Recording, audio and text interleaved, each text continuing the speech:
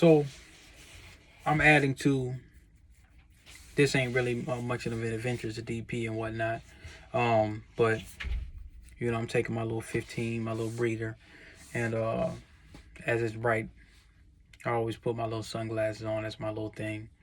And one of the story times I want to talk about, I'll make this quick. I might even do two of them while I'm in here, because I done cleared out a lot of my workload.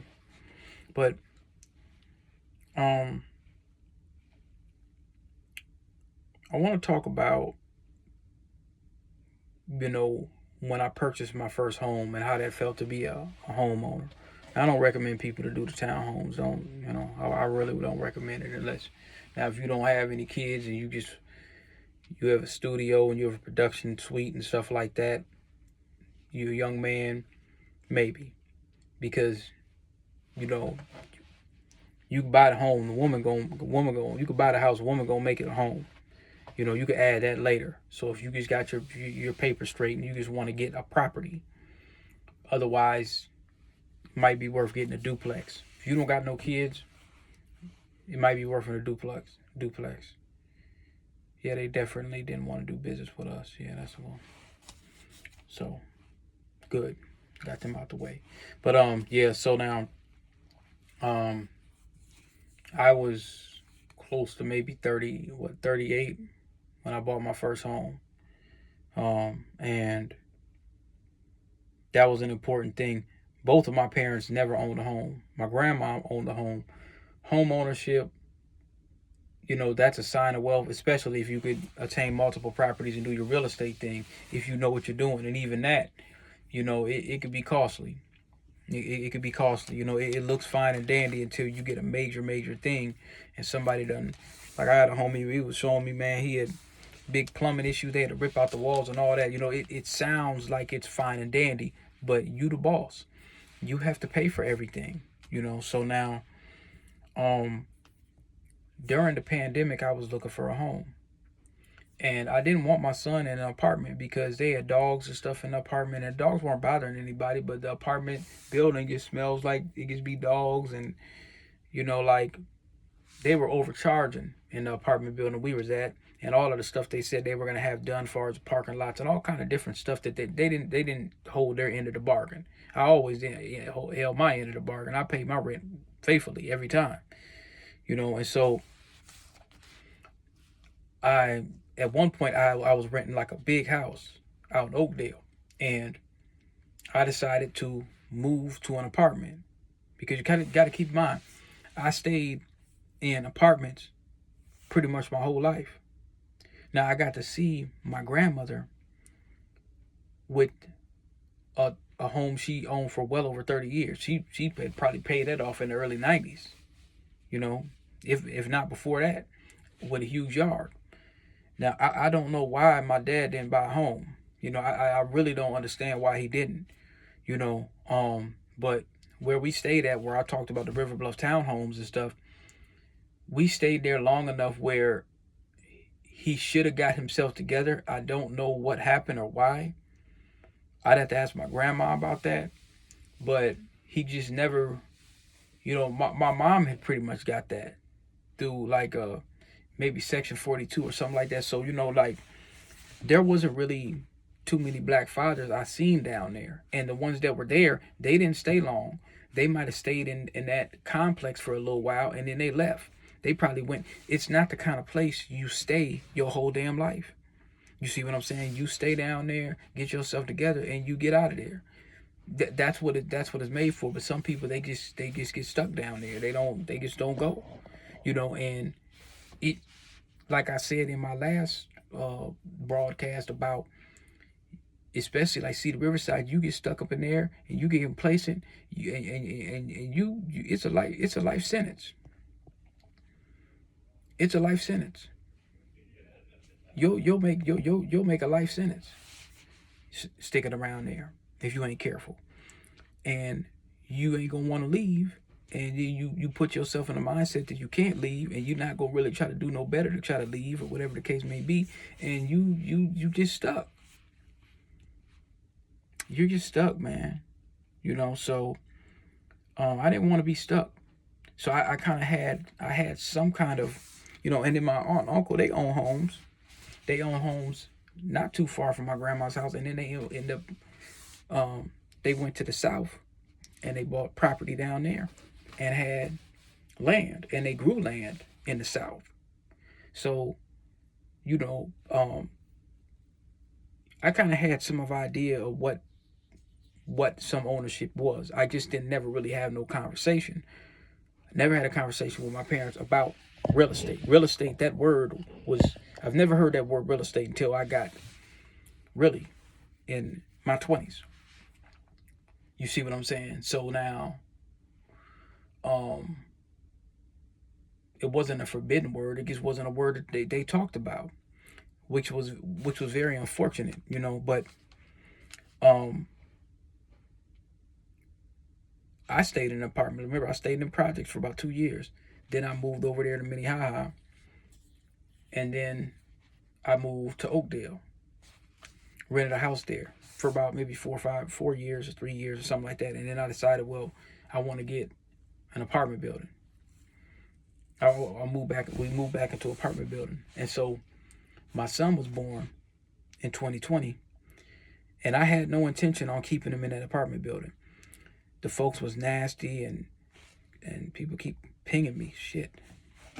The place was, when I say nasty, it wasn't filthy nasty, but it smelled like carpet. It just, I didn't want to raise him in no damn apartment. I grew up. I was past that. I didn't want to raise him up in an apartment. I done already did that. I'm not passing. My idea was I'm not gonna pass this BS to him and normalize, you know, not having no property, or not growing up in a home. My mother grew up in a home. You see what I'm saying? My grandma, they owned a house. At one point they had two. You see what I'm saying? So I wasn't about to subject him to that. And people coughing, and you know what I'm talking about. Folks they get nasty. They get hoo, barely, covering their mouth and doing all that corporate shit. You know what I'm saying? So like I wasn't gonna, I didn't like that. So we wasn't there long at all. He was born in January, and by May I got him up out of there because I just didn't want to subject him to that. And I don't like. It wasn't that it was a bunch of people coming in and out, in and out, in and out all the time, but I didn't want to subject. I'm gonna be honest. I did not want to subject him to people that can freely come in and out. Apartment buildings, for me, that's too much traffic.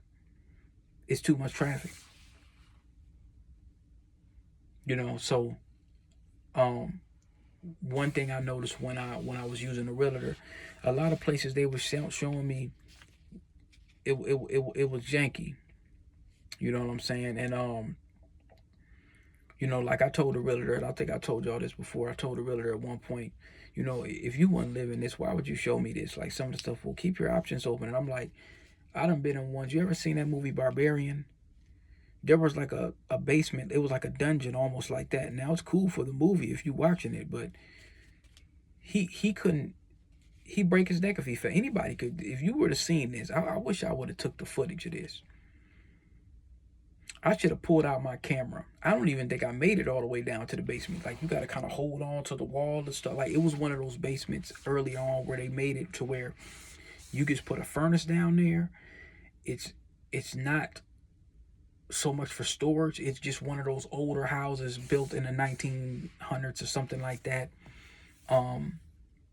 And not the 80s, more like the 40s or the 50s or the 30s. So, it gets all just stone, and that's just not the kind of place that you don't want to have kids, because anything they fall down there, and then now you done lost your child, and now you going to jail, as you should, So now, with me, it's crazy because once I decided what I was gonna do, and I was gonna stick with that, when my career turned for the better in 2007, I quickly surpassed my parents within just a small amount of time. I broke down those generational curses quick. It didn't take time. Like even with like 401k and stuff, when I got into that, I got into that much earlier. But my dad didn't have none of that. I don't think he had any kind of retirement plan or none of that. So like I say, these weren't conversations that we would have in our house. You didn't have conversations about wealth. They had the idea of, they said, well, don't invest or something. And I used to think it was the dumbest statement made. Don't invest. You invest in everything. You can invest in foolishness and unconstructive behavior. You can invest in a waste of time. So when I heard the term, well, don't invest. This may happen, and this don't invest. That's not good advice. But I knew that was bad advice. That was very, very bad advice. One of the worst pieces of advice I ever had in my life. But I knew that wasn't good advice when I heard it. Like, don't invest. And you got to keep in mind, I'm looking around at the U of M. How did they build this? River Bluff and Cedar Riverside, this ain't the end for me. This is not gonna be the end of the road. Because if I'm gonna do that, I might as well be anywhere. I might as well be in the heart of ghetto in Chicago or South Central LA or Newark, New Jersey, or whatever. If I'm just gonna quit and just not do anything, and I could just go anywhere. I could go to any neighborhood in America and just blatantly, willingly just fail. If I'm gonna be in what people used to call Minnesota, the milk of honey, the milk of land and honey, and I'm seeing all this, I'm seeing everybody else getting a piece of this pie, and the general consensus for me is just be mediocre. I could do that anywhere. If I'm gonna be poor, I might as well just be poor as hell. I could do that anywhere. There's no sense of me being in a state where everybody else is getting it and I'm sitting around here just crumbing it, just slumming it. No, hell no. That's a dangerous mind state of complacency. So yeah, I wasn't really trying to hear, well, don't invest because something may happen in the future and it might be a alien warfare. No. I had the mindset of get up and go. And I wish I would have had a whole lot more and get some more organization, because when we was out here grinding and I was gonna make a story time about why we hustle so hard and why we hustle so much, because there was no trust funds. Even when we opened our businesses, there was literally nobody that we could turn to for a sound investment. The only other person that we could have turned to, because we didn't know a lot about credit at the time. The only people we could have really turned to, we could have went like to some D-boys and said, hey man, we need 10,000 to open up the shop and stuff. But now you owe them, we could have probably went to some people but no, we wanted to kind of, put our own into it. It wasn't much. We didn't really have much. When we started our shops, man, we didn't have $3,000-$4,000. We didn't have 5,000, 10,000. We didn't have nothing. We put our crumbs together and we made something. You see what I'm saying? We were self-made when it comes to what we were doing. We didn't make enough money to scale up like we have liked, because there were some decisions that we made that weren't the best in terms of buying product. And because retail is a flip. You buy product, you make more, you buy more product, you keep buying more, you keep, so we never really got over the $3,000 to $5,000. You paying $1,200 commercial rent. So we never, with the one-stop shop, we didn't get to that $3,000 to $5,000 to $10,000 shelf. We were kind of breaking even during the whole time. So we had to keep on hustling. We had to keep hustling on the side. I probably should have just worked the 9 to 5, went back into contracting, and then just came back and did the computer repair and let my homies run the shop. That's what I should have did. That would have been better, because I would have been able to dump more money into the shop. But that probably would have been a good idea, But yeah, once I kind of start thinking about a home, especially when I had a child, I said, oh no. Yeah, he's going to have to be raised in a home. He's going to see a backyard. So he knows this is what his son's supposed to have. Because if he's gonna do the same thing that I grew up under, I'm just a damn lost cause. The success and the measurement of the index measurement of how my son does is me. If I mess up and he doesn't do well, that's because of me. You see what I'm saying? That's because of me. So, like there was a lot of little things that um we never really went out of town and stuff like that. I took him to New Orleans. You know what I'm saying? He's 4 years old. What, 4 years old, walking down Bourbon Street, or was it not Bourbon Street? But I wanted him to see some things that I wasn't able to have. You see what I'm saying? And be able to experience that, so he could say, well, Daddy took me to New Orleans, or he took me to Chicago. He brought me here. We went camping. These are the things I wanted to have, a relationship that I didn't have with my father. You see what I'm saying? My dad was like there, but not there. Like he gave me, he gave me the tools to do what I needed to do. You see what I'm saying? But it wasn't close as it should have been, because he didn't have that relationship with his father. But I told myself, I'll be damned. I'll tell you one thing. I'll be damned if I have a bunch of bastard babies. I used to think that way when I was 17, 18. When you gonna have some kids, I'm not gonna have no bastards. Y'all think that's cool. You think it's sweet and cute. It's not cool. Well, you being judgmental. Well, damn it. It wasn't cute to me. It wasn't cute to me to be running around with 3-4 different baby mamas, where I'm destroying my children's household just because I just want to run around and lay up with everybody. I wasn't running around having a bunch of kids. Well, I might have some kids I don't know about. That ain't never come out of my mouth. That was trash. I used to believe that when I was 16. I used to hear them old dudes say stuff like that. It used to disgust me. It used to disgust me. You see what I'm saying? It used to disgust me. I didn't look up to them dudes. I looked down on them. I used to, these grown dudes, 40, 50, man, I probably got something I don't know about. That wasn't no joke to me. That wasn't no joke to me. That's why I'm kind of glad I went so hard on my second book, talking about the, the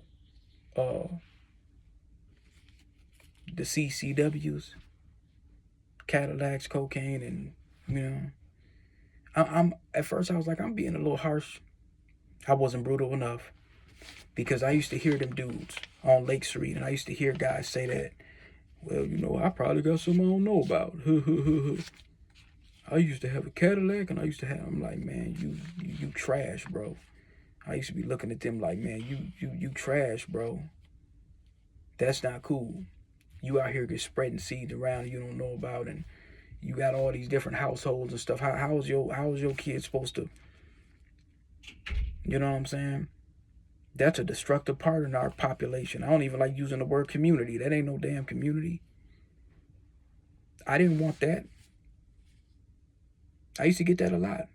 I forgot to tell y'all some of them story times. I used to get that a lot. A lot of women used to ask, why you ain't got no kids yet? Because I don't want no bastards. She ain't asked me about marriage. Do you have baby mamas is what you saying. That's the norm. We gonna normalize this? Is that what we doing? We gonna normalize this? You really gonna say that that's what we supposed to be doing? Well, you're being judgmental. Well, I mean, man, what is the standard supposed to be? Seriously, like, what is this? What standard are we supposed to be setting here? So I didn't want that. I didn't want a bunch of kids out of wedlock and just one over here and one over there and one over here and one over there. And then, now all these brothers and sisters, they don't know each other. I didn't want that. I didn't want that. And I used to see a lot of people that didn't mind it. My pops had different how, my sisters were a lot older, but like he was kind of doing the Rolling Stone thing. You know what I'm saying? Like, you got You know what I'm saying? Like that wasn't. I broke that generational curse within 6 months. I shut that down within 6 months. I'm not having that. I was vehement about that. I'm not having that. And I had a child later, and people used to always say, when you have it, nobody ever asked when you gonna get married and when you gonna buy a 5-bedroom house and put that woman in a home. Nobody ever asked that when I was a kid. Nobody really asked that question. Nobody mentioned something about a property and jumping the broom or nothing. It was just like, when you gonna have a kid? Like, man, bro, I don't get it. I'm just thinking back, like, back in the day, like, damn, like, was this? I used to hear that a lot. Like, there was nothing wrong with it. I'm like, man, the civil rights generation, man, these folks in the 70s and the 60s, man, that's who was saying it. It wasn't just, it was before the 80s babies. That's who was saying this stuff.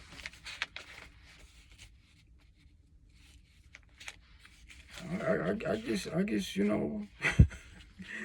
oh man, so like that times my dad was bringing me up to Kinko's and stuff like that. That was getting me war ready out here. That was getting me ready to have a skill set for tech. That's what helped me. And I had to go through these small little trials and tribulations. These stories I'm telling y'all, it's no comparison to other people that was living in the city, to what they were dealing with. There are stories that's 50 times worse than me. I feel like I had it decent. And we didn't have a dime to our name. Nobody didn't really have a lot of money in River Bluff and the Cedar Riverside. We thought we were living okay.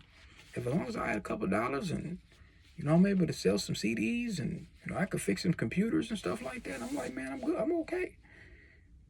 But I didn't have that conversation to scale up. What do you do once you get this $1,000? Do you go buy some rims? Do you put half of it in the bank at least? At least half. Do you go buy clothes? Why don't you just take $500 a week and just put it up and just stack it up for about like 7 years? Then open up an LLC and buy property and work alongside your job with your grind. That was never a conversation. Never crossed my mind. Nobody ever said that to us. But that was our job to do research. Like, I remember at one point we went to, after I left IPR, we did go to SCORE because we were trying to create a business. Me and my homies went to SCORE because we were trying to create an audio production. And there's this dude I'll talk about in my book called Chuck Seashore. He was like a missile engineer for like Honeywell. Rest in peace to him. I think he passed. And he said, man, y'all need a niche. And we couldn't find one. He said, what's different between you and all these rappers and all these folks? Because, that's what we was telling him. We trying to do audio production studio. And he's like, man, is y'all really doing real music? Well, we rapping. He's like, okay, everybody raps. Could y'all play instruments? Like, this old white guy's telling us this. What do y'all do? Why would I come to your studio versus Master Mix at IPR? Why would I do that? We couldn't find a niche. That was the first person that actually used that term. He was like our mentor, and he said, man, once you find a niche, come back to me and we'll create a business plan. We didn't come back because we couldn't find a niche. Our parents didn't tell us about that.